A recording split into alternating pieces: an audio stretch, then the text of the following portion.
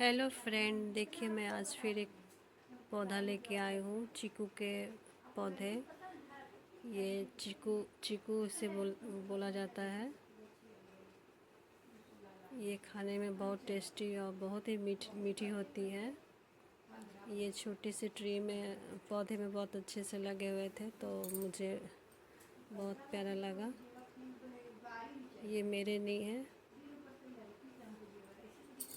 हर बार तो मैं बहुत छोटी देखती थी, पर इस बार मुझे थोड़ा साइज़ में थोड़ा लंबी दिखी, तो बहुत ही अच्छे लग रहे थे। ये लगभग 7 या 8 साल का पौधा है।